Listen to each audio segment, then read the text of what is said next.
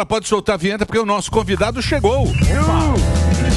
No programa de hoje, um dos melhores ministros de infraestrutura que o Brasil já teve. E estamos liberando 400 milhões de reais para os municípios de interesse turístico e para as instâncias turísticas.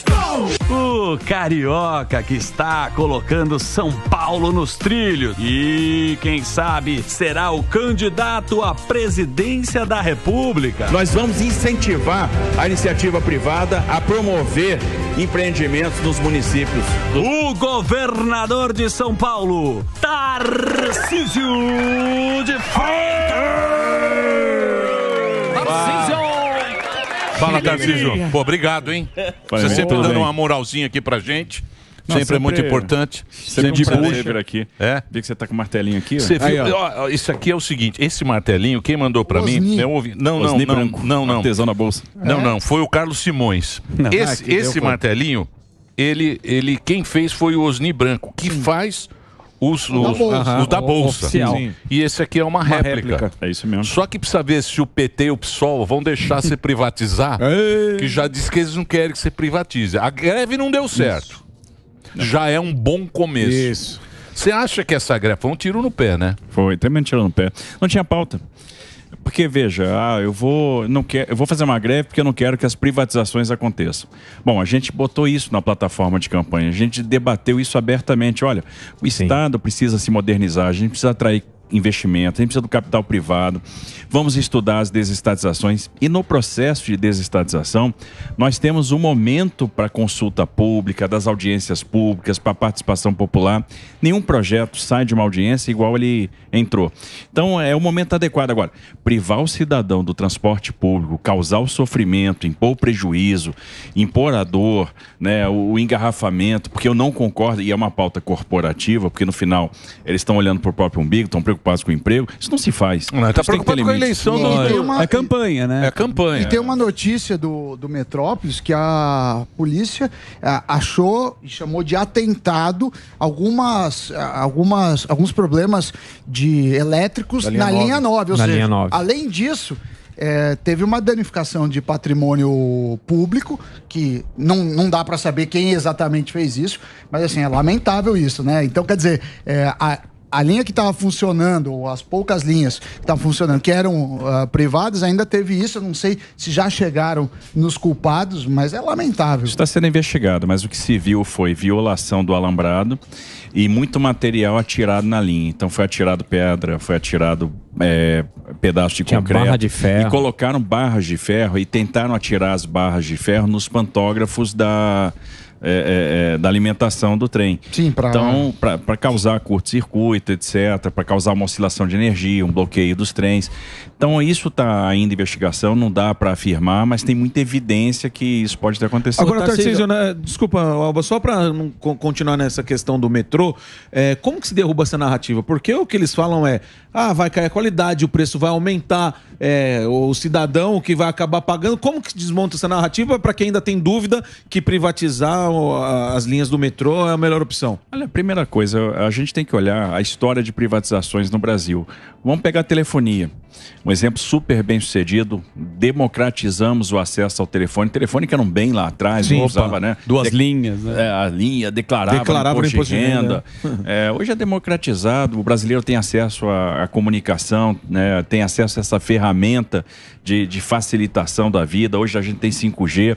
Vamos pegar o seguinte, quem controla a tarifa é o Estado, tem uma regulação, o Estado arbitra. Nós temos linhas privatizadas e a tarifa é a mesma tarifa pública, porque nós temos uma clearing que faz esse acerto, nós temos mais investimento. Olha a linha 4, talvez a melhor linha de São Paulo, a mais bem avaliada, e é uma linha privada.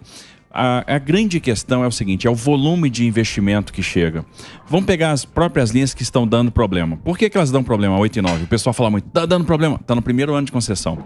E o que aconteceu? Eles encontraram, receberam trens velhos, de séries antigas, trens que não aguentam oscilações de energia, receberam uma via permanente com muitos problemas, e essa via permanente tem que ser corrigida. Então, trocar trilho, trocar dormente, né, lastro que foi embora, que foi perdido, refazer sistema elétrico, refazer subestação, refazer cabeamento. Então é muito investimento que tem que ser feito. Agora, quem tem capacidade de fazer esse investimento? Nas linhas 8 e 9, por exemplo, serão investidos 4,5 bi nos próximos anos. Caramba. E se a gente quiser expandir o sistema de metrô, de trens metropolitanos, levar para fora da cidade de São Paulo, chegar a Taboão, chegar no ABC, chegar em Guarulhos, a gente vai precisar de muito capital. E quem pode dar esse capital neste momento? É a iniciativa privada. Sim. Essas empresas hoje, isso tem muito a ver com a greve, têm um comprometimento muito forte de receita com o pessoal. Então, qual é a pauta da turma? É corporativa, é o seguinte, puxa, será que eles vão manter um organizador de fila ou um segurança privado, concursado, ganhando bons salários numa situação de privatização? Essa é a grande questão subjacente a essas greves. Porque a iniciativa privada vem com capital, vem com eficiência, vem com investimento. Vai levar um tempo para a gente chegar num padrão de excelência de operação. Por quê? Porque as linhas estão muito deterioradas. Só para se ter uma ideia, nós vamos fazer em fevereiro o leilão do trem Intercidades, a ligação Campinas-São Paulo. Que é prometido, né? Que está prometido. Desde a Dilma, lembra a Dilma? Isso, a Dilma na Copa. Esse que você quebrou lá, o martelinho que você quebrou? Não, eu quero quebrar esse, mas... E vocês taxaram você de... Como é que era? O Thor. Bate muito forte, muito violento o martelo. Tem que bater mais macio. Que coisa, hein? Que turma, hein? Que turma, hein? Que oposição boa que você tem, hein, Tarcísio? Pelo amor de Deus. A martelada forte, o pessoal fala, né? Pô, exagero. Isso é o machismo, não sei o quê. Isso remete para escravatura. Não é nada disso, cara. Meu Deus. Dá like pra caramba na rede social, pessoal bomba pra caramba, 20 milhões de visualizações, é essa a história da martelada. Mas enfim, é mó barato. Né? Mas tá falando da linha. E é um momento de extravasar, né? Porque dá tanta euforia, tanto trabalho para estruturar um negócio desse, que quando você chega lá no final, você tem que comemorar mesmo. E a gente tem que celebrar cada vitória. Bom, aí... Campinas, São Paulo. Nós vamos fazer no dia 29 de fevereiro o leilão do trem Intercidades. Primeira ligação de trem de média velocidade de passageiros do Brasil. 2 regiões metropolitanas e tal. 13,8 bilhões de investimento. E aí, quem arremata o trem Intercidades leva junto a concessão da linha Rubi, da linha 7. Então vamos lá.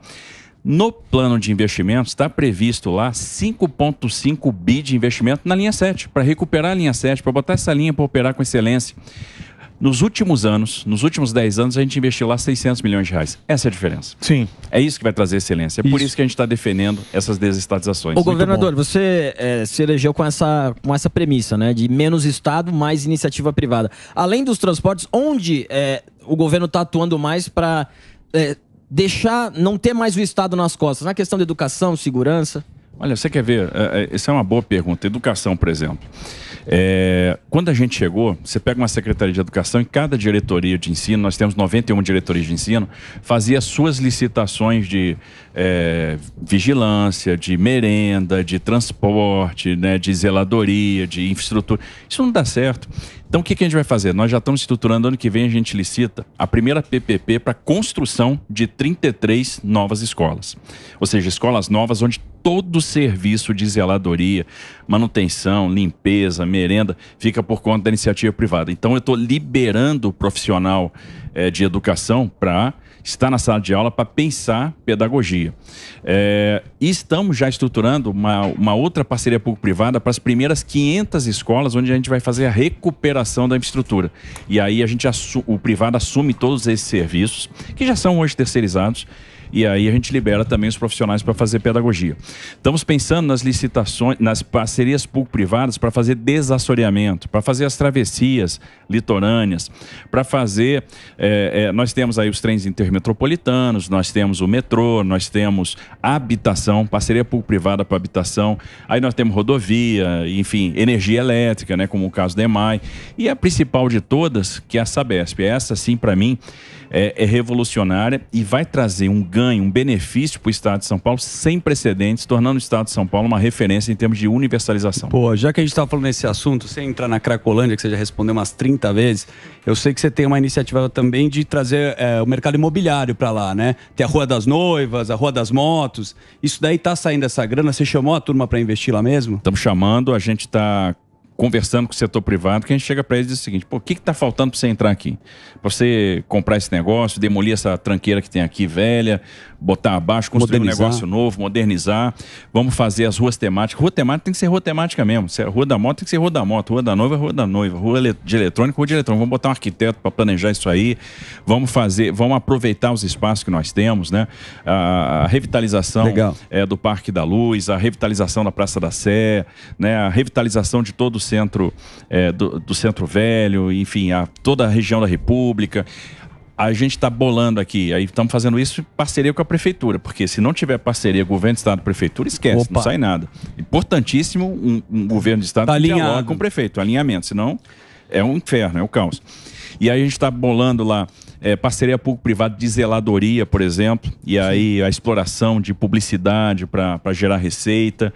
A PPP do Centro Administrativo está avançando, o projeto está ficando bonito, está ficando legal. Em pouco tempo aí nós vamos lançar dentro do conceito que foi desenvolvido, o concurso público para a gente arrematar o modelo, e estamos caminhando dentro do cronograma, está até um pouquinho antecipado em relação ao cronograma, e eu tenho certeza que essas ações combinadas vão trazer revitalização. O pessoal fala, pô, mas o que vai ter de estrutura de incentivo? E aí nós vamos combinar os incentivos com a prefeitura para ser matador e ter lá um grande boom imobiliário naquela região. Tarcísio, tem uma polêmica que ainda não foi resolvida em relação à reforma tributária. Em determinado momento, se apoiou, falou, concordo com 95%, depois houve um certo recuo, um movimento seu com o Zema, e eu queria saber, porque também é um bicho mutante, né? É verdade. É um bicho mutante, eles estão discutindo, e aí todo mundo querendo pôr jabutis ou exceções, tem a questão dos governos perderem poder, e assim, qual que vai ser a estratégia ou posicionamento do Estado de São Paulo nesses debates, assim, o que você acha que é primordial mudar, ou se você reviu sua posição? Não, veja, eu acho que ninguém suporta mais a carga tributária e a complexidade tributária, porque tão ruim quanto a carga é a burocracia tributária. Sem dúvida. Ontem eu estava reunido com o setor calçadista do estado de São Paulo, pessoal de Franca, de Birigui, de Jaú, de Santa Cruz do Rio Pardo. Esses caras não aguentam mais perder competitividade, ter seus negócios se exaurindo, morrendo, por causa dessa competição desleal, dessa guerra tributária, dessa guerra fiscal que não existe. São Paulo perde muito. Então, o que a gente fez? Bom, eu estou aqui com o governador de São Paulo. Primeira coisa que eu tenho que analisar: essa reforma tributária é boa para São Paulo ou não? É boa para a indústria de São Paulo ou não? Nós fizemos muitas simulações e chegamos à conclusão que São Paulo ganha. Ganha no curto prazo. Ganha porque a gente todo ano perde em créditos outorgados, em créditos fictos, alguma coisa em torno de 12, 15 bi. Então a gente está perdendo 12, 15 bi de receita para a guerra fiscal todos os anos. Então a gente já começa ganhando no curto prazo. Ganha no médio prazo e no longo prazo pelo seguinte, porque no final São Paulo tem uma excelente infraestrutura, tem mão de obra, tem condição de atrair empresa, tem um maior mercado consumidor. Então aquele tabu que tinha lá no passado, que os governadores de São Paulo que passaram por aqui enterraram iniciativas de reforma tributária, que tinham medo da tributação no destino, acabou. Eu perco com a tributação no destino. Não, a gente não perde, a gente ganha. E ganha também no período no critério de transição de receita, porque você tem um período de transição de receita que é até longo demais, eu queria que ele fosse mais curto, mas que você tem uma entrada gradual do IBS combinado com uma fotografia do seu resultado tributário de 24 a 28. Como São Paulo tem muitos benefícios tributários que tem tempo limitado, ou seja, grande parte deles cai em ano que vem, e a gente está fazendo estudo econômico para ver o que faz sentido e o que não faz sentido manter, nós vamos ter uma queda de alguns benefícios, a gente melhora a nossa fotografia sem aumentar tributo, que é o que alguns estados fizeram. Vários estados ano passado já visando, primeiro para recuperar a receita, e dois, já olhando a questão da reforma tributária, já estão aumentando a alíquota modal de ICMS. Por quê? Quer chegar com uma fotografia melhor. São Paulo não precisa fazer isso. Agora, nós temos que fazer a revisão dos benefícios tributários. E aí a gente entra com uma fotografia melhor também. Então a gente ganha no curto, ganha no médio, ganha no longo. Mas o contribuinte? Vem tudo no nosso, governador. Não vem não. Porque vem no nosso. Não é gostoso. Vem liso. IPVA. Pelo amor de Deus, esse PVA, O que você paga de pé, o Samidana. Verdade. O Samidana ele tem um 7 carrinho. carros. Sim. Ele tem um carrinho barato. Ele falou, assim, cinquentinho. vou ter que pagar 25 pau de IPVA dá pra comprar um carro novo. O IPVA daqui Verdade. é um absurdo. Isso é que eu falo pra você. Porque é o seguinte, o cara vem com o negócio, beleza, o governador, cada um tá olhando o seu pedaço ali. Mas é no contribuinte que vem. Então, o vamos só do IPTU é nosso. muito caro em São Paulo, IPVA é muito caro, Mais caro de tudo. segurança mais ou menos, agora mais Tá ou menos. complicado. De resto tá tudo complicado certo. aí, hein? Você sabe, pô, você sabe. Você tem toda a razão. E aí vem o grande problema, que eu acho que é a segunda parte da pergunta do Sam, que é o seguinte. Mas e aí, como é que tá esse bicho? Porque o que se esperava, né? O que se espera? Bom, de fato, eu tenho alguns setores hoje que são subtaxados, alguns setores que são sobretaxados. A indústria paga muito imposto. A indústria tem uma carga tributária que supera os 40%. Então eu vou sair de 40% para 25%. Eu tenho os setores com alíquota reduzida e tenho os setores que vão estar com alíquota zero. E aí começa a entrar exceção, começa a entrar exceção, começa a entrar exceção. Então se você fica com 3 patamares de alíquota, por exemplo, 25, 12,5 e 0, ok. Eu acho que isso vai ser, no global, isso vai ser positivo. Mas não também vai dar, né? Tô desonerando Vai ter que subir. Aí não é o vai seguinte, dar 25. esse é o problema. Aí ninguém tem essa conta, esse é o grande problema de hoje. Aí começa a entrar exceção, começa a entrar uma coisa aqui, começa a entrar um penduricário ali. Bom, os caras queriam votar a reforma tributária para acabar com guerra fiscal, com incentivo tributário para a indústria automobilística no Nordeste. Pô, ela já nasce com jabuti. Ué, mas agora veio o chinês chegou. Fizeram lá, porque esses caras são ruins. Esses caras são ruins. Veio lá, deram 1,5 bilhão, que a gente nem viu esse dinheiro, agora tem outro bilhão pra Argentina. Tá tudo errado. Comprar carro lá. 1 bilhão pra comprar carro, comprar ônibus, não sei o quê, não abaixou nada o preço, aumentou o preço do carro. Chegou o chinês aí com os carros mais barato, dele, eletriquinho lá. baixou, todo mundo baixou o preço. Hoje você compra carro tudo barato, porque o chinês... Porque é concorrência, pô. É concorrência, então é aquele negócio, vou dar o tributo aqui pro cara não trazer Agora, e aí? E aí qual é a grande coisa? Estão botando lá exceção. Essa alíquota, já estão falando que pode chegar a 28, já tem gente dizendo que pode ser 31. Aí Meu Deus. Muito pesado. E o exercício que a gente tem que fazer? Redução do tamanho do Estado. Nós temos que diminuir custo. A gente não pode ter um Estado que demanda tanto dinheiro para sobreviver, tá errado. A Tebet falou que é mais fácil arrecadar, né? A Tebet. Mas como o Agora deixa eu perguntar um negócio que eu tava lendo hoje, e aí eu fiquei pensando nisso, né?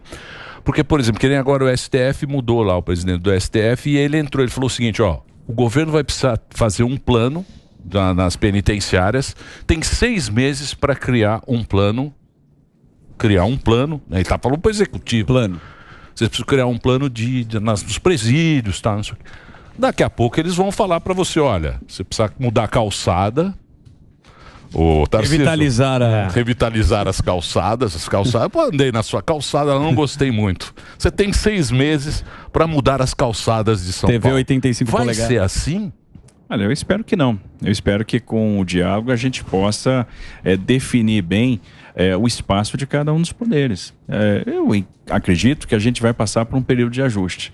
E eu acredito que esse ajuste é possível e vai acontecer. Não é possível que haja sobreposição de tarefas. Essa sobreposição sempre vai levar à ineficiência. Então, mas agora na Sabesp os caras pediram para parar a Sabesp também, né? O pessoal pode pedir qualquer coisa, né? Pararia por quê? Não tem por que parar. Essa intenção foi legitimada nas urnas. Agora, vamos lá. Por que a gente pararia? Primeira pergunta que eu tenho que responder. Com a desestatização, eu consigo trazer mais investimento que estava previsto? E a resposta é sim. Eu tenho um plano de negócio atual de 56 bi de investimentos até 2033, eu vou fazer 66 bi até 2029. Consigo alcançar mais pessoas? Também. Eu alcanço 1 milhão de pessoas a mais. Onde é que essas pessoas estão? Nas áreas rurais e nas áreas irregulares consolidadas, que hoje não são objeto dos contratos da Sabesp, mas que por imposição do marco vão ter que ser alcançadas. Então eu consigo trazer o serviço, levar o serviço para mais gente. Mais investimento para garantir água na torneira, porque vamos lá.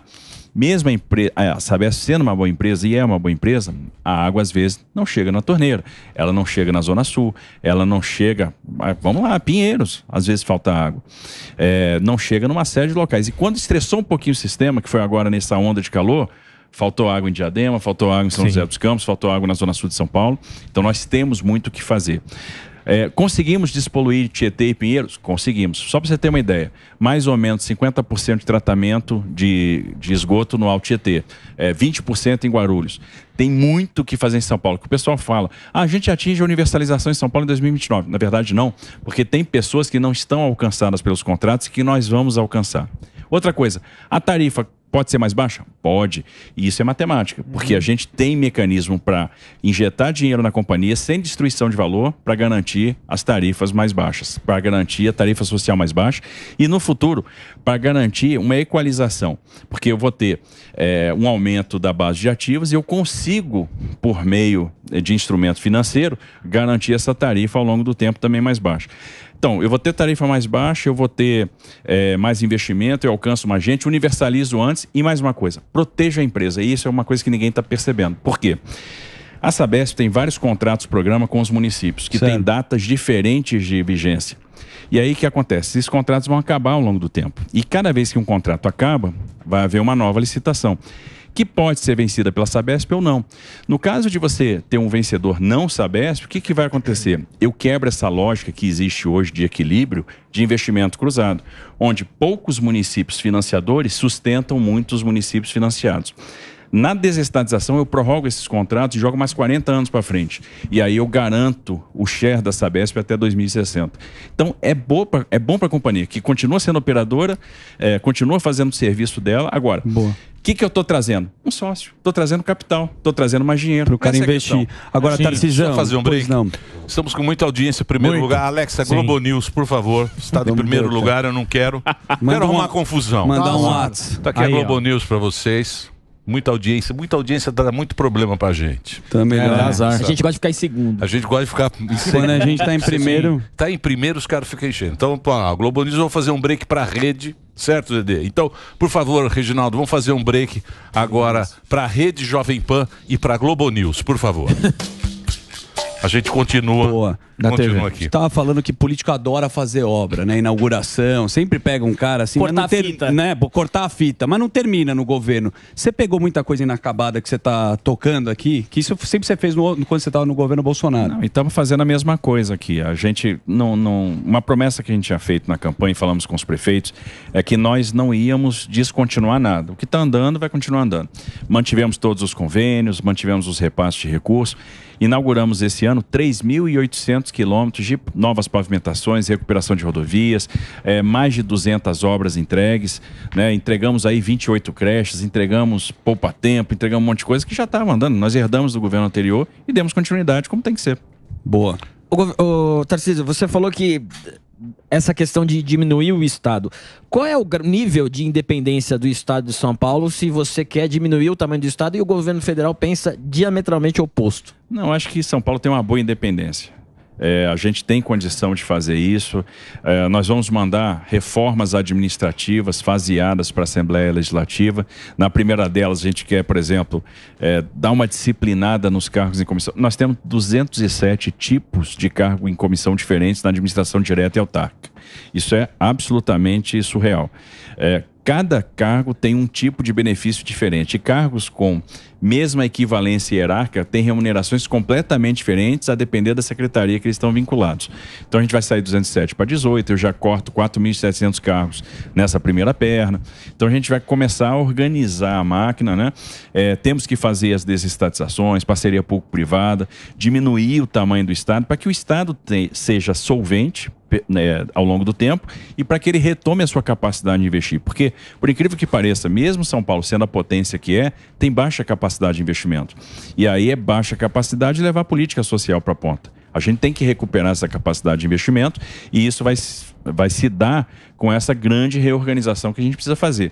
Por um lado, o que eu posso fazer para aumentar a receita? Sem aumentar tributo. Ou seja, melhorando o ambiente de negócio, né? Impulsionando investimento. Por outro, redução de despesa. Esse é o segredo para a gente conseguir crescer e aumentar essa capacidade de investir. Ô Tarcísio, eu queria entrar na questão que eu vi esses dias aí rodando na internet, questão do Detran, né? Que o carro, quando ele é apreendido, né? Ele vai levado ao pátio, o cara de repente não pagou os impostos que teve que pagar, o carro foi apreendido, né? Só que aí, ou moto, ou carro. Só que assim, é o seguinte, o cara paga o guincho, um valor X, esse guincho aí, às vezes cabe 8 motos. Em vez de ser diluído, cada um paga integral.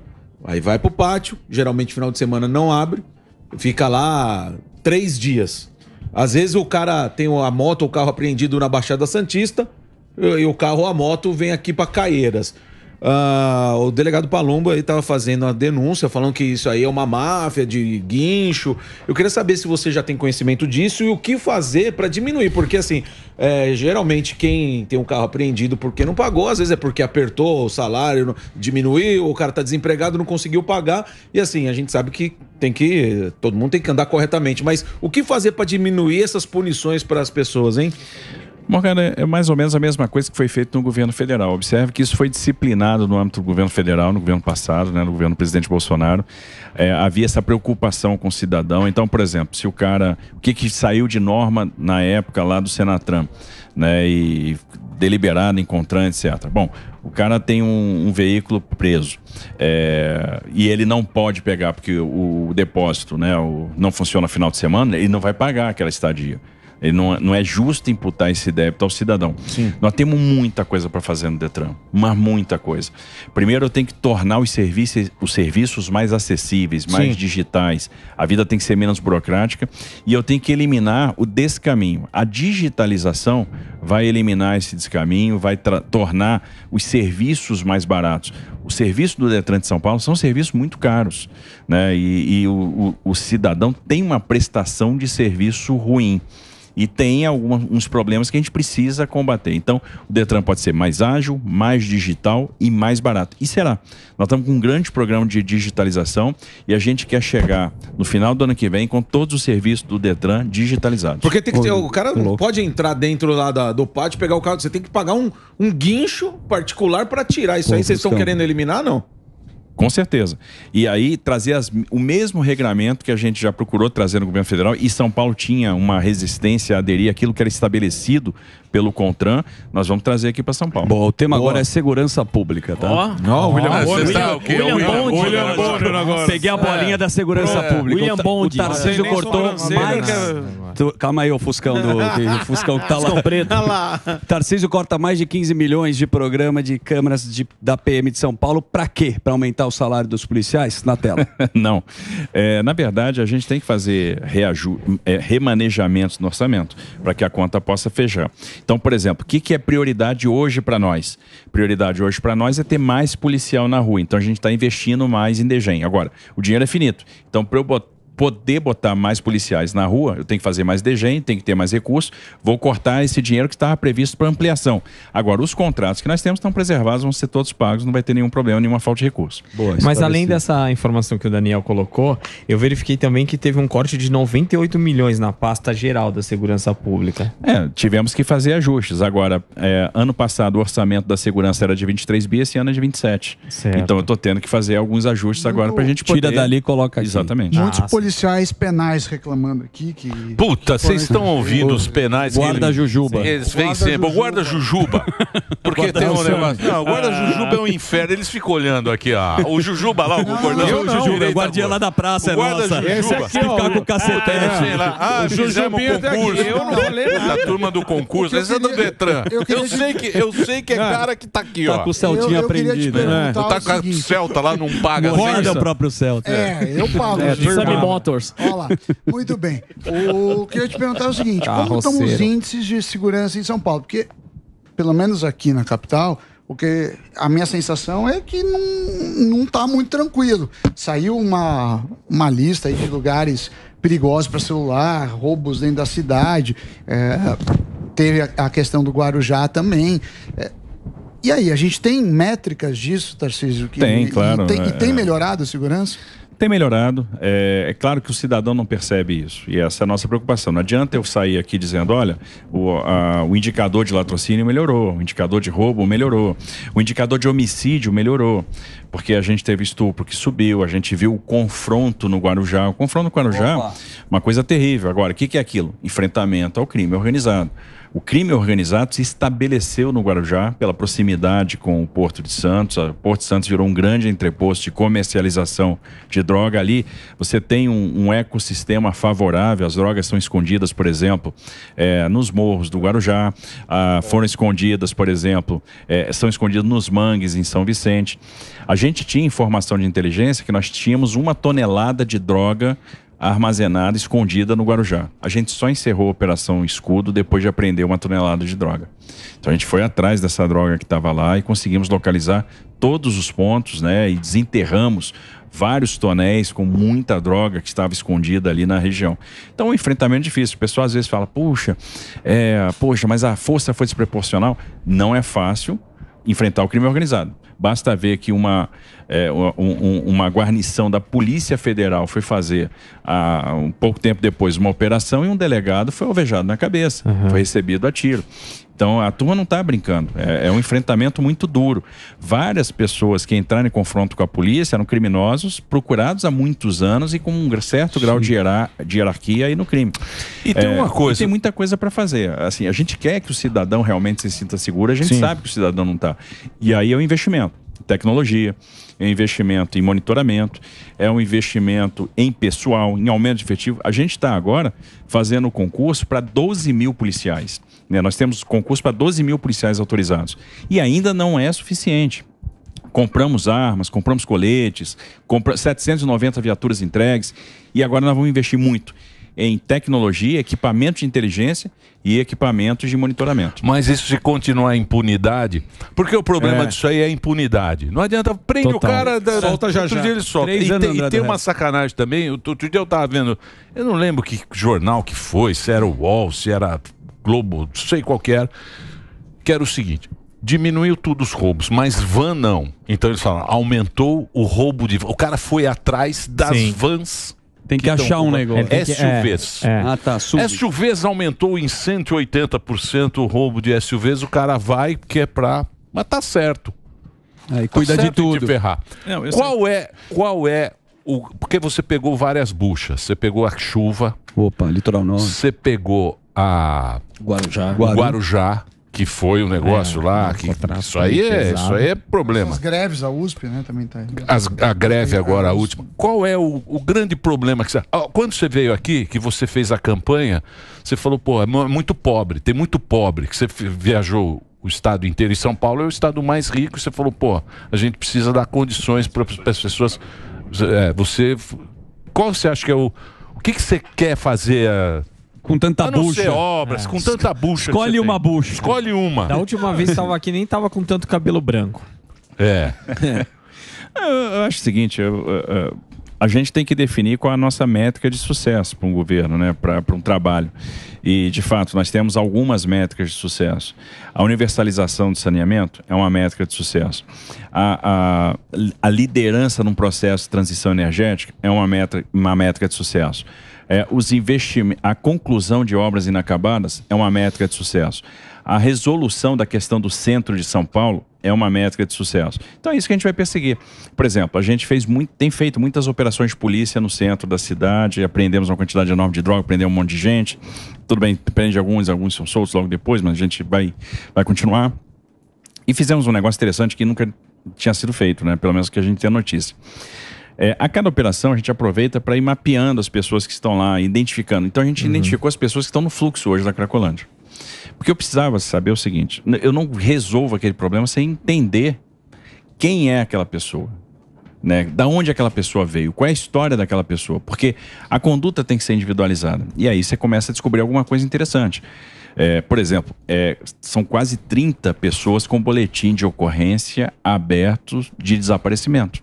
Então tem 30 pessoas que as famílias registraram ocorrência de desaparecimento e a pessoa está lá.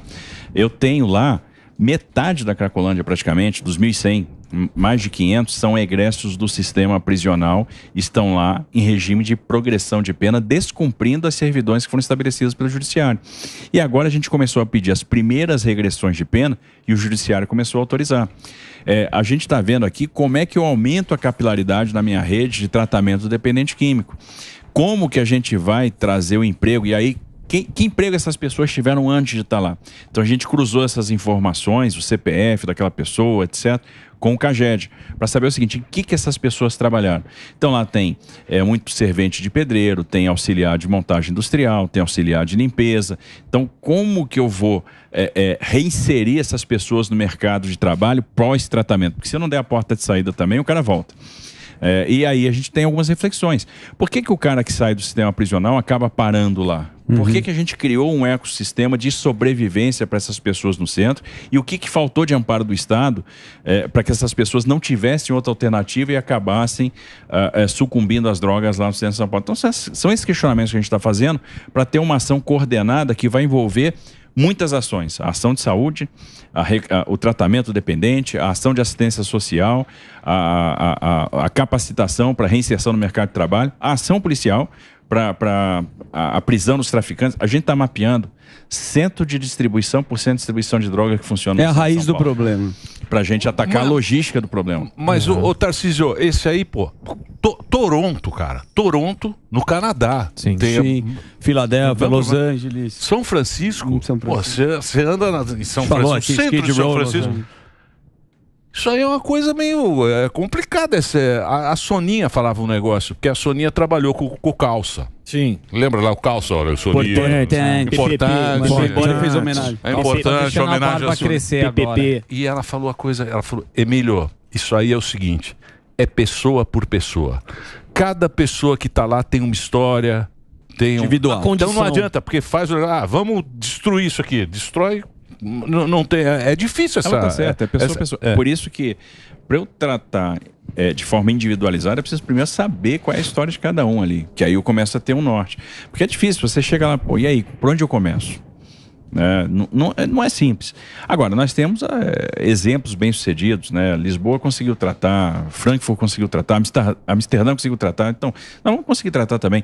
E aí eu tenho que ter uma impulsão econômica, porque o grande problema da Cracolândia hoje, por exemplo, é a destruição de emprego. E se a gente melhorar essa situação, a gente melhora muito a percepção de segurança do cidadão paulistano. E também tem governador. E duro quem mora lá, né? Esse é o problema. Tem um comércio. Eu ia falar disso também, até pegando carona no que o Emílio falou, que é essa questão. Tem os doentes, tem os usuários, tem a galera que tá lá porque não tem outro lugar para ir. Só que o pior de tudo é o traficante, que acontece às vezes isso. Prendem o cara e às vezes o cara no dia seguinte ou até no próprio dia já tá solto. O que o governo consegue fazer, tentar bater de frente para falar assim, esse cara não pode voltar pra rua? A gente está procurando caracterizar bem a ação do tráfico. Então tem um trabalho de inteligência, a gente monitora esse cara por bastante tempo, a gente levanta evidência que ele não é um usuário, ele está ali comercializando. E qual é a logística da coisa, né? O cara, ele tem lá os centros de distribuição, aquela pousadazinha abandonada, aquele casebrezinho lá, ele armazena a droga ali, ele vai lá, pega uma pequena quantidade, comercializa, volta, pega uma pequena quantidade, comercializa. Então esse sempre vai ser um portador de pequena quantidade. E quando preso, ele vai dizer, não, eu sou um usuário. E é por isso que a gente faz um trabalho de monitoramento de bastante tempo para levantar todas as evidências e apresentar para o judiciário. Olha, esse cara está traficando. E o judiciário está numa parceria conosco, que agora a gente começou também a tornozelar as pessoas para fazer o monitoramento. Então, olha, a justiça até soltou na audiência de custódia, mas estabeleceu algumas regras. E por meio do tornozelamento, com o monitoramento que a gente faz com georreferenciamento, eu começo a ver se o cara está descumprindo aquelas regras. A gente começou a prender agressores de mulheres assim, né, tornozelados. A gente vê qual foi a servidão que a justiça estabeleceu e se aproxima, por exemplo, da vítima, da pessoa que está com medida protetiva. A gente verifica que ele se aproximou e vai lá e neutraliza esse cara, neutraliza aquela ameaça antes de chegar. Que ele faça e a gente está reconduzindo essas pessoas à cadeia antes que eles possam, por exemplo, ser reincidentes. Exatamente. A maioria dos feminicídios que acontecem são de pessoas que agrediram suas vítimas primeiro e reincidiram. Sim. Ô, Tarcísio, você que voltou, né? Vocês pegaram os caras novas aí que saiu. Foi a primeira agora. Qual foi a porcentagem? A porcentagem foi alta, né? O cara que faz.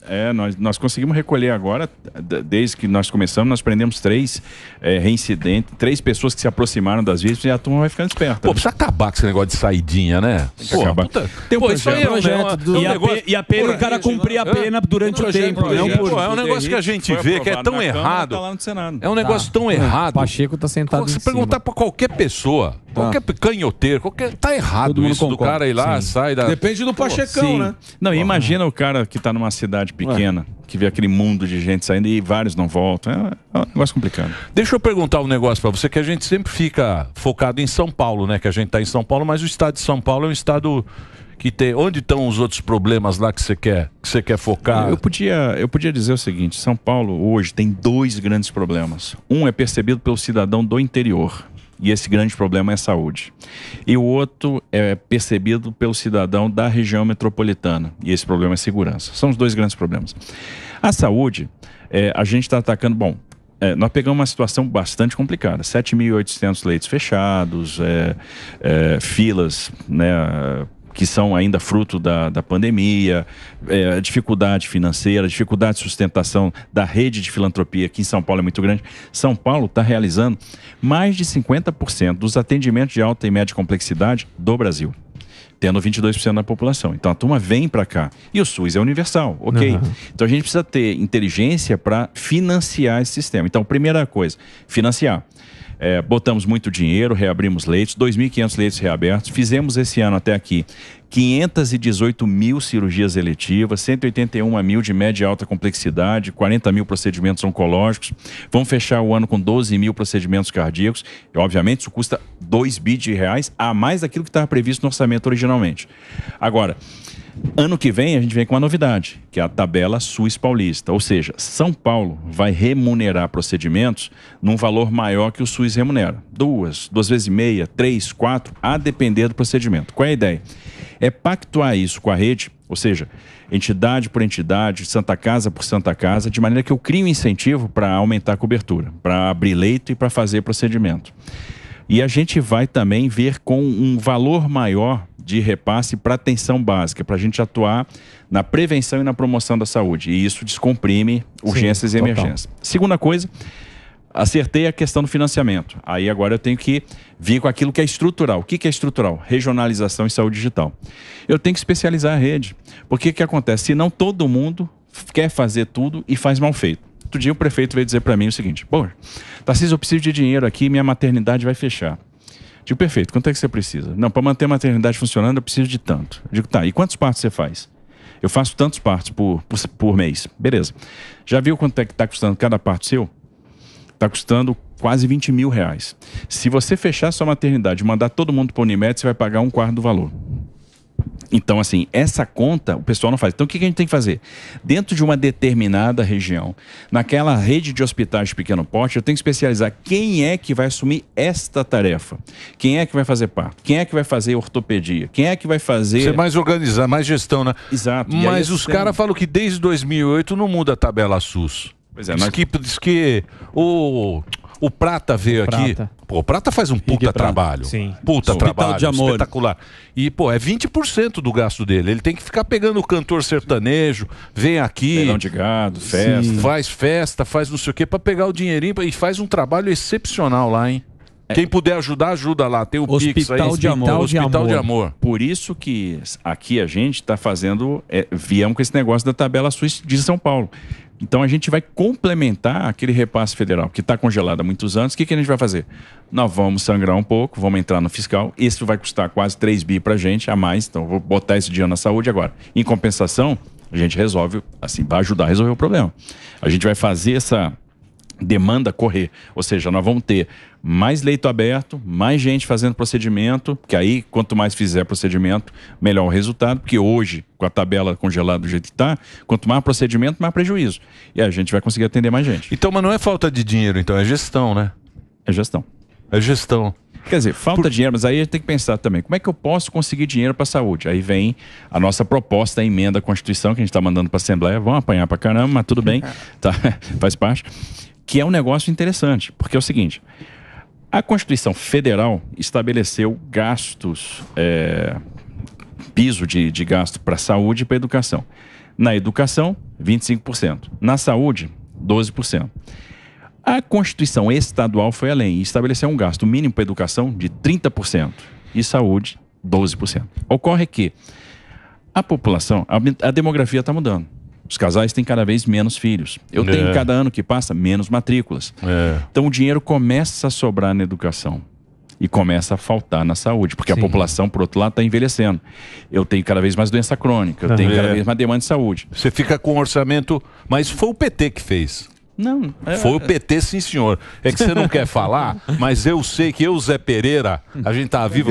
Porque, não, quando fizeram... Porque é preso. Esse orçamento, ele é preso. Engessado, Saúde, educação. Você tem que pegar o negócio do PIB e obrigatoriamente colocar lá. Tem Fundeb. Só que o cara não pensou que hoje tem menos criança. As escolas, você tem escola que né, não precisa usar o dinheiro para outro recurso. Exatamente. Mas tem um só que ele não quer falar. Ele não quer falar. Porque ele não quer falar, mas nós sabemos. Nesse gasto de 30% está um inativo e pensionista. Só que a partir do ano que vem, o inativo e pensionista não pode mais ficar no gasto obrigatório, que a Justiça assim decidiu. Então ele vai para outra rúbrica no Orçamento Fiscal de Seguridade Social. Vai estar lá no SPPrev. Ou seja, eu liberei um espaço aqui. Então o que a gente está propondo para a Assembleia? Já que eu liberei esse espaço aqui, vamos flexibilizar isso, porque do contrário, eu vou continuar amarrado nos 30%.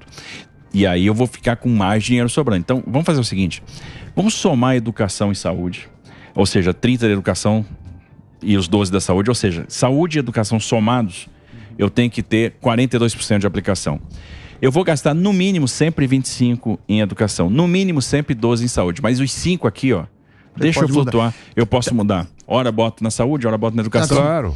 Eu posso ter 25,17, eu posso ter 28,14, eu posso ter 30,12. Você pega de onde não precisa. Num ano de baixa receita, isso não vai adiantar nada. Agora, num ano de alta receita, isso pode proporcionar 5, 6, 7 bi a mais para a saúde. Cara. E aí a gente tem que lembrar quem são os usuários SUS. Em tese, os 44 milhões de paulistas, né? E a gente está atendendo gente de fora. Agora, hoje, São Paulo é o estado que tem mais saúde complementar. A gente tem mais de 25 milhões de usuários do SUS aqui. E isso aí, quando a cidade, quando o prefeito, né? Porque sempre é o prefeito, quando você tem um hospital bom, o contribuinte daquela cidade acaba mantendo o cara de outra região. Tem paciente porque o cara fala, não, esse hospital é bom, o hospital lá é bom. O cara vai para aquela cidade. A gente tem o que a gente chama aqui de turismo de saúde. Né, que são as pessoas que vão buscar tratamento fora das suas sedes. Isso é muito... isso onera muito determinados hospitais importantes, em sede de regiões administrativas, etc. Hospitais terciários. O que a gente precisa fazer? Trabalhar a regionalização para criar a estrutura de contenção. Por exemplo, se eu pegar hoje a Altietê, a turma do Altietê vem para o Hospital de Itaquera. Agora, por quê? Porque está faltando a estrutura de contenção, está faltando um melhor suporte de saúde em Mogi das Cruzes, está faltando a gente realmente abrir o Hospital de Suzano, que aí o comércio vai conter, né? Ou seja, as pessoas vão ter esse atendimento mais perto de casa. Aqui na cidade a mesma coisa, Hospital de Guaianazes, Hospital de São Mateus, eu faço a estrutura de contenção para ter mais vagas no Hospital de Itaquera. Tarcísio, você falou de saúde, você falou de segurança, você falou um pouco de trem, mas educação você começou a falar agora, e aí tem uns números de educação que chamam muita atenção.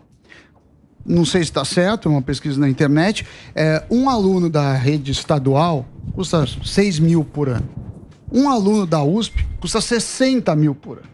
E qual que é o problema? Rede estadual, majoritariamente, pessoas de baixo poder aquisitivo.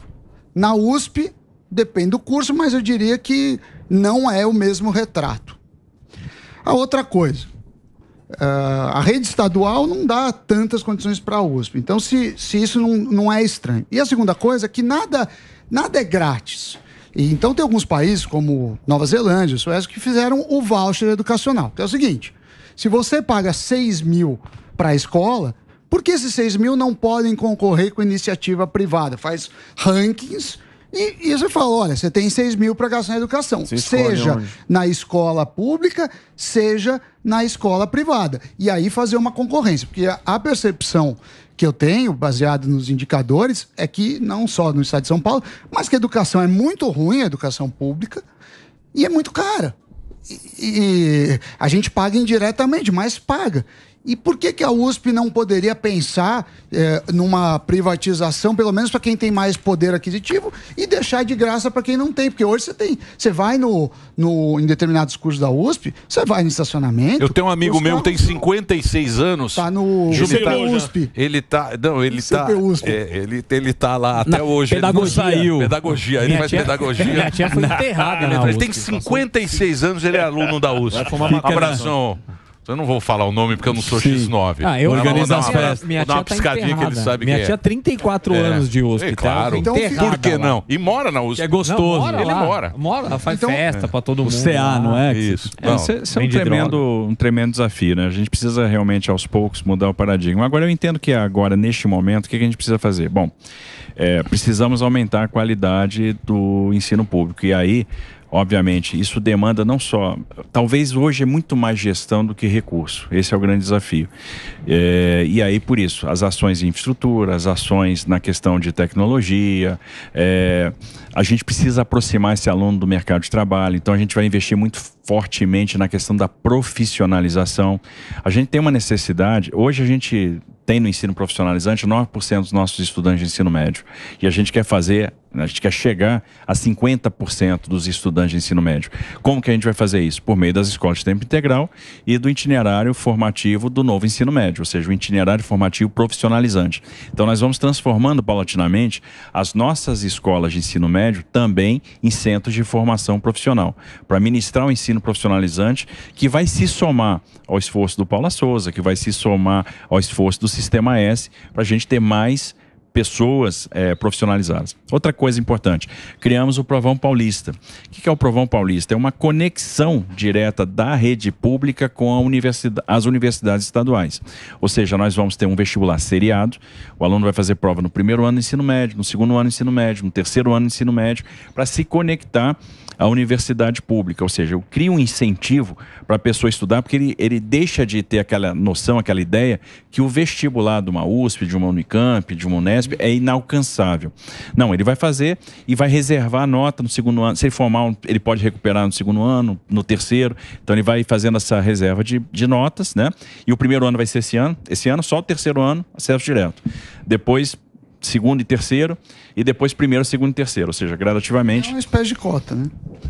13 mil vagas das universidades públicas, né, e aí considerado também somadas as FATECs, vão estar destinadas aos estudantes das escolas públicas de São Paulo, ou seja, acesso para as universidades por meio dessa prova seriada. Como já acontece em alguns estados. Era melhor que eles tivessem, que o ensino fosse bom, que não precisava criar uma cota. A escola é ruim, né? Escola é ruim, né, Tarcísio? A gente precisa fazer. Você estudou lá. Você lembra que você tomava escola palmatória?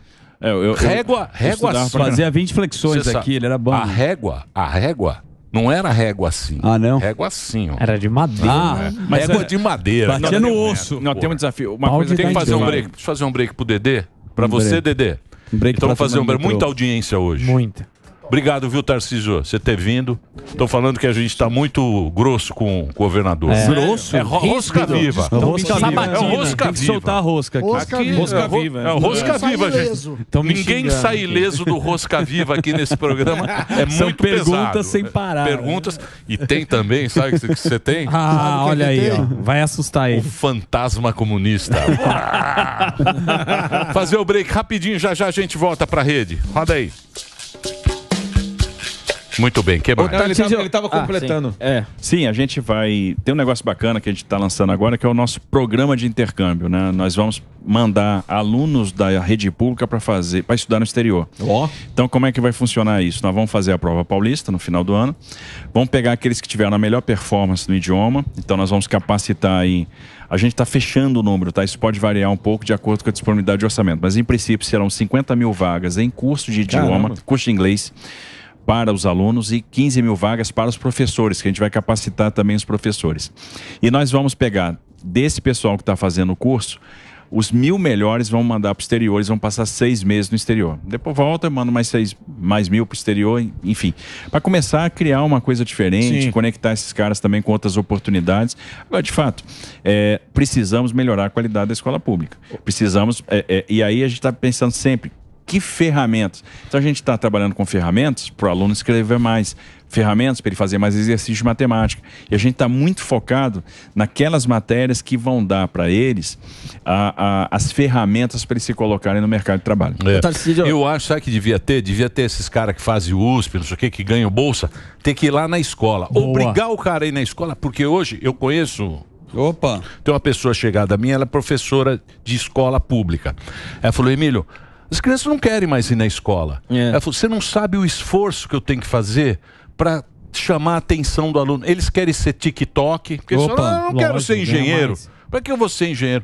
Pô, pegar esses caras que ganharam bolsa e ir lá mostrar o que é um engenheiro, entendeu? Mostrar pra molecada ter uma referência. Do mercado. Porque hoje a referência é ser TikTok, porque falar, eu vou estudar. Vou fazer dancinha. Ser TikTok, fazer dancinha. Mas aí eu tenho duas coisas boas, isso é verdade. Aí um desafio nosso, poxa, eu tenho que melhorar a frequência.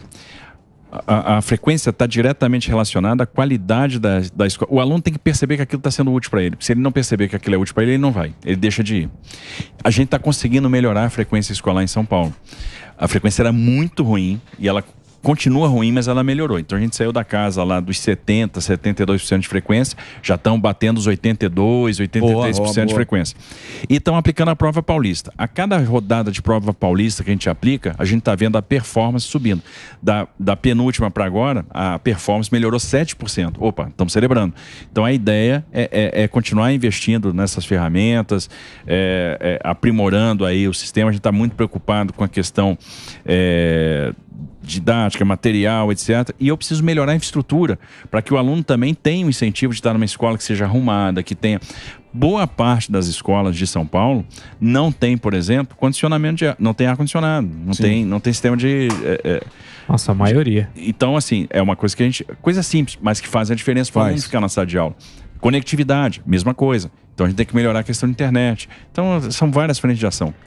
E o cara que ganhou bolsa também, obrigar o cara lá. Ó, você veio dessa Tirou escola, oportunidade de alguém. Você vai lá pegar a molecada mais nossa, você veio daqui, então vai lá, fica lá uma hora por mês. Vai devolver. Ele pode ser substituto. Ele pode ser professor substituto. Que pra gente dar pro estudante que tá pra reter e combater evasão, o que a gente pensou? Eu preciso associar isso de alguma forma a mérito. Então o que a gente vai fazer?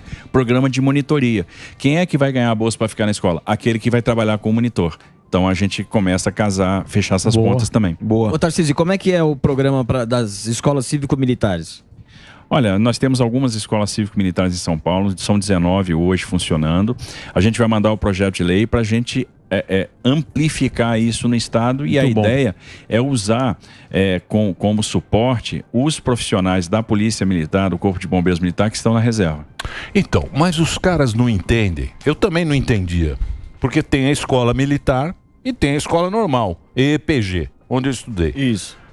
Tem essa escola cívico-militar, que não é a escola militar. Como é que é essa escola? Que teve ó... começaram a criar narrativa. Mas ninguém entendeu direito como é que funciona. É uma escola normal.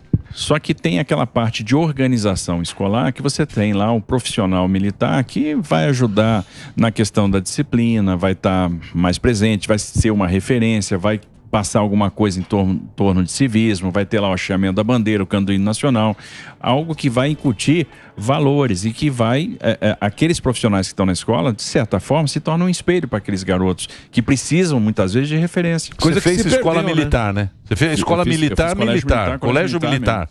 Isso é difícil, né? E assim, sou muito grato ao Colégio Militar, porque realmente uma grande escola, tenho muita saudade do colégio, sou muito grato por toda a formação que o colégio me deu. E você passou em primeiro lugar, né? Você sabe que do colégio você passou em primeiro lugar, não foi? Não conta. Você não conta que nunca conheceu. Eu nunca fui em primeiro lugar no Colégio Militar, porque na minha turma do Colégio Militar tinha um extraterrestre.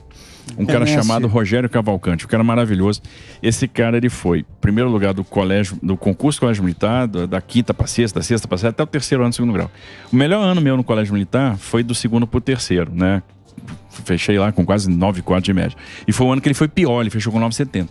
Aí esse cara fez o vestibular para o NB, foi o primeiro lugar do curso dele de Direito no NB, foi o primeiro lugar do concurso de procurador do Distrito Federal. Então, um cara preparadíssimo e inalcançável, né? Então, ali você desistia. Vamos disputar o segundo, que o primeiro já tem Você dó. estudou no IME, né? O IME... Não, fiz o IME, grande escola, maravilhosa. É o equivalente ao ITA aqui em São Paulo, né? O IME é uma grande escola. É uma grande também é fora da curva. E aí você foi para Brasília? Aí fui para Brasília. Você fez o quê? Prestou o concurso? Prestei o concurso para a Controladoria Geral da União. O que faz esse cara aí? A Controladoria Geral da União é o órgão de controle interno do Poder Executivo. Isso foi quando? Foi quando, Tarcísio? Foi 2008. Foi quando eu saí do Já era o exército. Barba. Era o Barba. Era. Dilma. Barba 2.0. Barba 2.0. E aí você ficou lá? Aí eu fiquei lá até 2011. 2011 teve aqueles escândalos de corrupção em sequência no Ministério dos Transportes, DENIT, aquele negócio todo. E eu era o coordenador geral de auditoria da área de transportes da CGU. E aí o ministro da CGU um dia me chama e diz, olha, tá complicado o negócio, tal, vocês estão fazendo auditoria, tá vendo problema, tal. Estão perguntando se você não quer assumir a direção executiva do DENIT. Eu falei, tá, tudo bem, não, você pode pensar, eu digo, não preciso pensar, vou fazer 2 perguntas. Quero saber se eu vou ter liberdade para fazer o que tem que ser feito, se eu vou poder escolher meu time. Não, 2 coisas, ok. Então, tá bom, pode dizer que eu aceito. Fui para lá pro DENIT, passei 4 anos no DENIT, foram 4 anos de muito trabalho, aprendi muito no DENIT, é uma grande casa. Depois eu fiz o concurso para consultor legislativo da Câmara dos Deputados, fui para a Câmara dos Deputados, passei 1 ano e meio. Mas o que você fazia? Consultor legislativo? Você faz que é isso? Os estudos para os parlamentares, você ajuda na elaboração dos projetos de lei, você faz, muitas vezes, os pareceres, né, para as proposições. Que é a parte técnica. Você faz a parte, você dá suporte técnico para o deputado. Pro deputado. Tem um deputado, eu não sei, eu quero fazer uma ponte. Aí eu chamo você. Ele solicita o serviço, né? Ele chega e diz o seguinte: eu tenho uma demanda, eu tenho essa ideia. O que você acha? Pô, deputado, essa ideia é ruim, isso aqui não. Aqui tem visto de competência, ou essa ideia é boa, mas vamos trabalhar isso aqui. Ele diz assim, pô, eu queria ter uma participação na infraestrutura. Qual é o principal problema que a gente tem em infraestrutura hoje? Olha, esse aqui é um problemaço. E aí, problema de legislação, né? Por exemplo, quando, citar um caso pitoresco, né? Quando estava acabando o governo Fernando Henrique, o governador de Minas Gerais era o Itamar Franco. E o Fernando Henrique tinha uma dívida de gratidão com o Itamar. E o Itamar não ia ter dinheiro para pagar as contas, não ia ter dinheiro para pagar a folha. Ele disse, pô, preciso de dinheiro para pagar a folha. E o Fernando Henrique, pô, dinheiro para pagar a folha eu não posso passar. Inventa um imposto. Vamos inventar um negócio. O que eles inventaram? Inventaram imposto. A tal da medida provisória 82. Eu vou te passar, então, as rodovias e um dinheiro para fazer a manutenção das rodovias. Então, essas rodovias federais passam a ser agora do Estado. Problema de corpo de exército. Porque aí outros governadores chegaram, não, mas se isso vai acontecer comigo, também quero, que tá todo mundo enrolado, todo mundo querendo pagar a folha e tal. E aí o pessoal recebeu estrada e recebeu dinheiro. Esse dinheiro serviu para pagar a folha e ninguém fez manutenção de estrada. E ao longo do tempo, essas estradas foram se deteriorando. Eram rodovias, em tese, federais, mas que foram todas estadualizadas nesse movimento. E o que acontece? Os estados não faziam e ninguém entendia nada, né? Porque o cara tá andando numa BR. A BR é horrorosa e o pessoal, o governo federal... Não. Essa rodovia agora é estadual. Isso aconteceu, pô, tinha vários quilômetros em Minas Gerais, assim, na Bahia, etc. E às vezes, uma vez o parlamentar chegou para mim e disse, você quer fazer alguma coisa útil na infraestrutura, tal, o que você me sugere? Tô pensando nisso, olha, isso aqui na infraestrutura hoje não é um problema. Um problema é corrigir esse negócio que a medida provisória criou. Aí foi feito lá um acerto e foi editada uma outra medida provisória, ele foi o relator e resolveu-se o problema. Caramba, cara. Entendi. É muita bucha, é muita coisa técnica que você faz. E aí depois você ficou lá, pera aí, pô, porque eu tô curioso. O que você quer falar? O quê? Pode ir. Da segurança? Não é da segurança, do mesmo assunto. É que não contou. Tá no Fernando Henrique. Abre o coração, vai lá. Mariana Godoy. Fernando Henrique é... Não, vocês têm outra pergunta? Tem, não. Vocês vão ficar olhando aí. Não, a questão que eu ia falar é o seguinte, que ele tava falando de estrada e sempre que a gente fala de grandes obras, tem corrupção pra cacete. E essas licitações, o Tarcísio consegue organizá-las. Como é que você faz hoje pro cara, porque tem corrupção, né? No teu governo, quando você assumiu, eu imagino que você pegou muita coisa lá que não tava bacana. Como é que você fez para organizá-las? Assim, você tem que investir em governança. E a governança é uma coisa que você constrói com o tempo. Por exemplo, Ministério da Infraestrutura, o que a gente fez? Criamos um núcleo de exorcismo.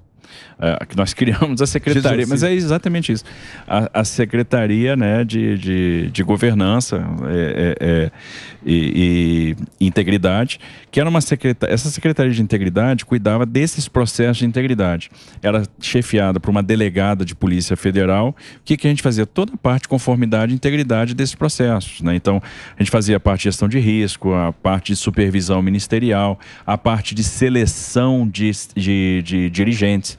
O dirigente, para ser dirigente do Ministério da Infraestrutura, tinha que passar por um processo seletivo. Para ser superintendente do DENIT, para ser dirigente de uma companhia docas.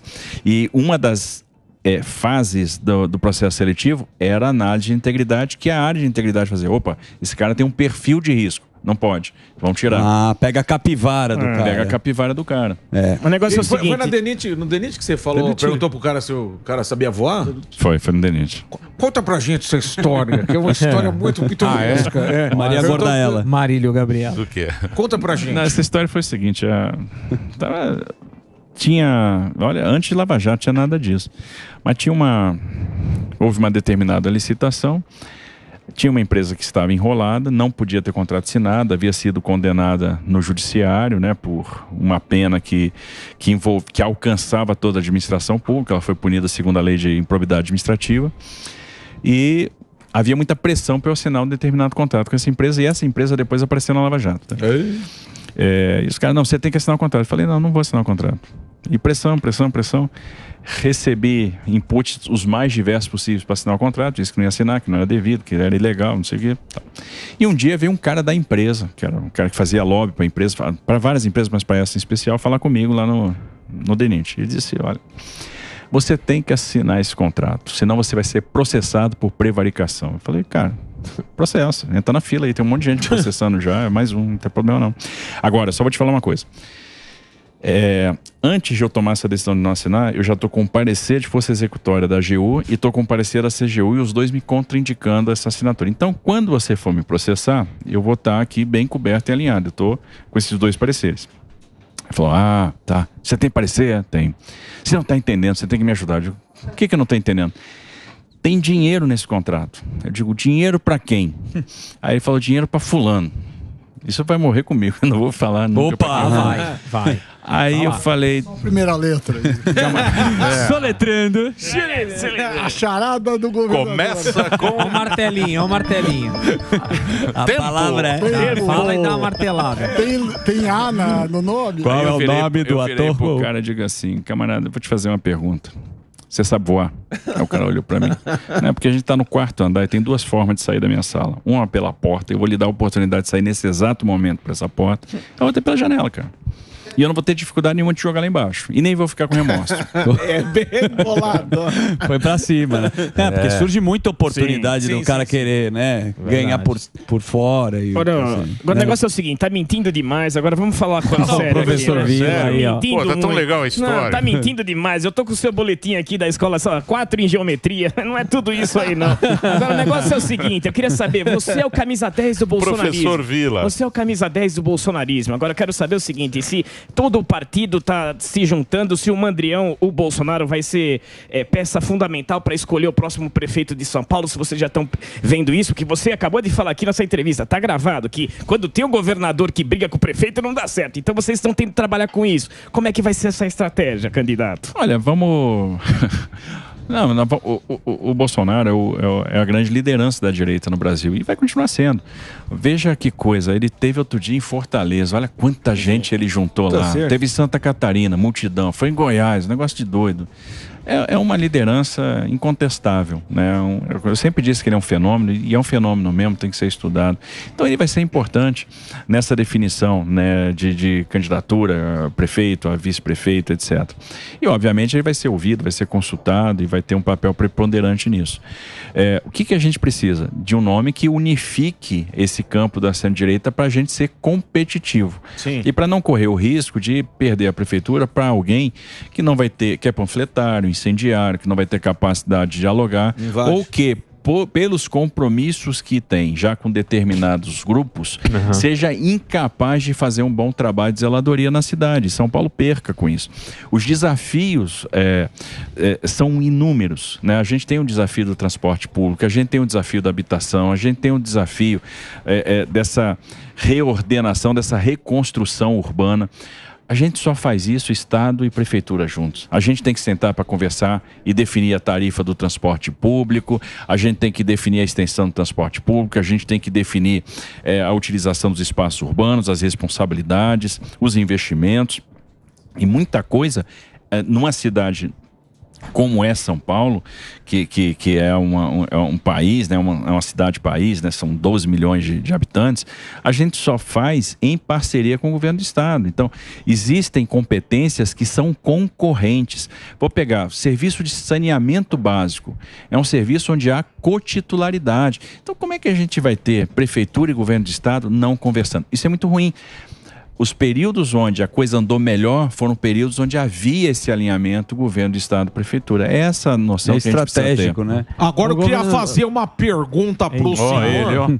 Quero saber de coração, 2024, o senhor vai continuar no governo de São Paulo ou vai dar oportunidade para eu ser o candidato aí à presidência? Eu posso sair, posso colocar meu nome à disposição ou você vai puxar o meu tapete 2024? É a pergunta que eu lhe faço. 2024 só se o Zé for candidato a prefeito de São Paulo. 26. 2026. É que eu tô confundindo que eu tomei uma cachaçinha hoje cedo, junto com um pãozinho de queijo, 2026. Me confundi aqui. É o Big Zema. Não, mas... Big Zema. Mas é o seguinte, a gente tem um compromisso muito forte com o Estado de São Paulo. O Estado nos honrou com essa distinção, com essa consideração, com essa confiança. E tudo que a gente está fazendo vai ter repercussão em longo prazo. Por exemplo, trem intercidades. Quando é que ele opera mesmo, começa a operar 100%, tanto o serviço do trem parador, do intermetropolitano, quanto do intercidades? Sim. 2030. Centro Administrativo de São Paulo, a gente leilou em 2025, vai estar pronto em 2028. Travessia Seca Santos-Guarujá, leilou em 2024, vai estar pronto em 2028. Extensão da linha 4 do metrô, vai sair lá da Vila Sônia, vamos levar para Taboão. 2028 a gente entrega. A extensão completa da linha 6, 2027. 2026 a gente começa a operar, né, de Brasilândia para Água Branca e por aí vai. O Rodoanel, esse fica pronto em 2026. Boa. Então... Rodoanel, quanto que é? 2026. Assina aqui, ó. Assina. Assina aqui, ó. Trânsito que pega pra vir da grande. O Emílio já comprou terreno do lado já. Tá aqui, ó. Rodoanel. O Rodoanel, ele começou. Porra. O Rodoanel começou faz tempo. O que o Emílio já comprou de terreno. Porque o problema é que o cara faz a obra e não termina, né? Então no mandato aqui, dele ó, não vai... assinado, hein, ó. E se pode vir um cara que pode não... Pode cobrar lá em 2026. Aí, então são coisas de longo prazo e é bacana você ver essas coisas sendo maturadas, etc. Então, assim, eu não sei se eu vou merecer a distinção no Paulista mais uma vez, mas assim, a gente está raciocinando num projeto de longo prazo, é importante que seja assim. Acho que esse campo da centro-direita tem excelentes nomes e, obviamente, a gente vai apoiar aquele nome que foi escolhido por esse campo, né? Seja Zema, seja Caiado, seja... quem mais aí? Ratinho Júnior. Seja o próprio Bolsonaro se tiver em condições. Boa. Ô, governador, a gente estava falando aqui da questão Deixa eu perguntar um negócio para você. Não, é porque eu queria chegar até onde ele foi convidado, porque é o Bolsonaro que convidou ele para ser ministro. Sim, exatamente. Infraestrutura. E aí hoje você, querendo ou não, você é um político, mas você tem um jeito diferente de fazer a política. A gente viu lá, a gente vê... Técnico. A gente vê nesses pepinos que você teve... Ele gosta. Que você teve lá no litoral aqui, que você teve com a polícia e tal. Você é um cara que... Você deu uma aula lá, naquele... Foi. Não é o político que chega e fala, vou chamar o negócio da coisa...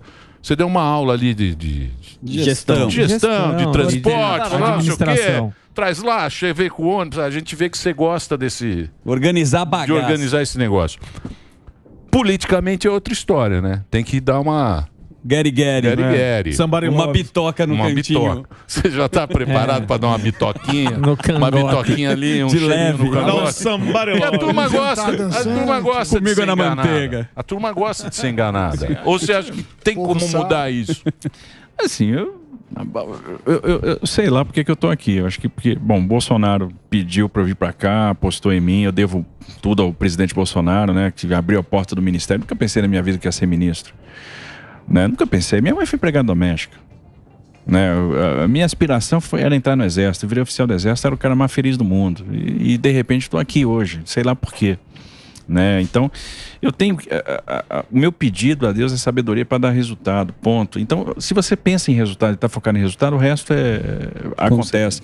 E, obviamente, você tem que aprender várias coisas, né? Aprender a tratar os prefeitos. E é muito bacana, porque os prefeitos, eles interagem bem com a gente, eles querem resultado, a gente conversa, estamos fazendo as coisas com...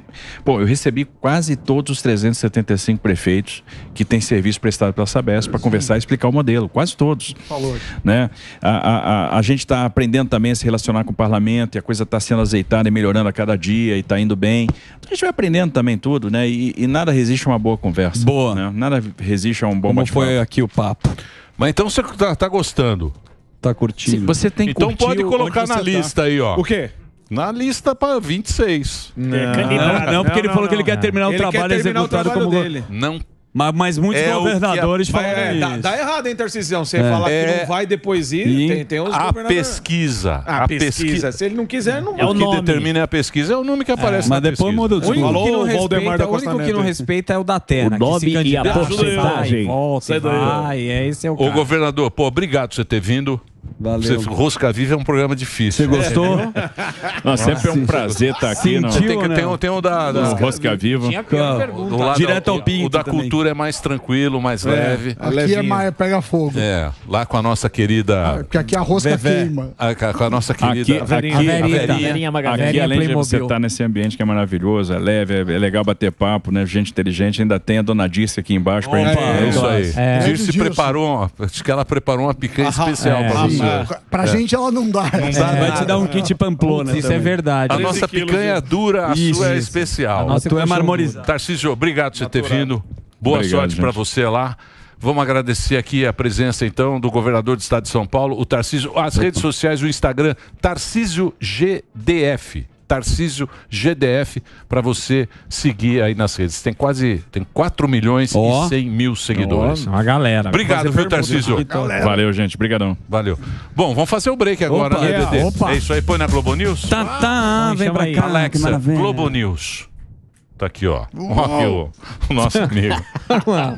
O Barbinha. Qual é que é? Valdo. Um break pro Valdo. Pastilha Valdo. Um break Valdo. pro você, Valdo. Sanjolão.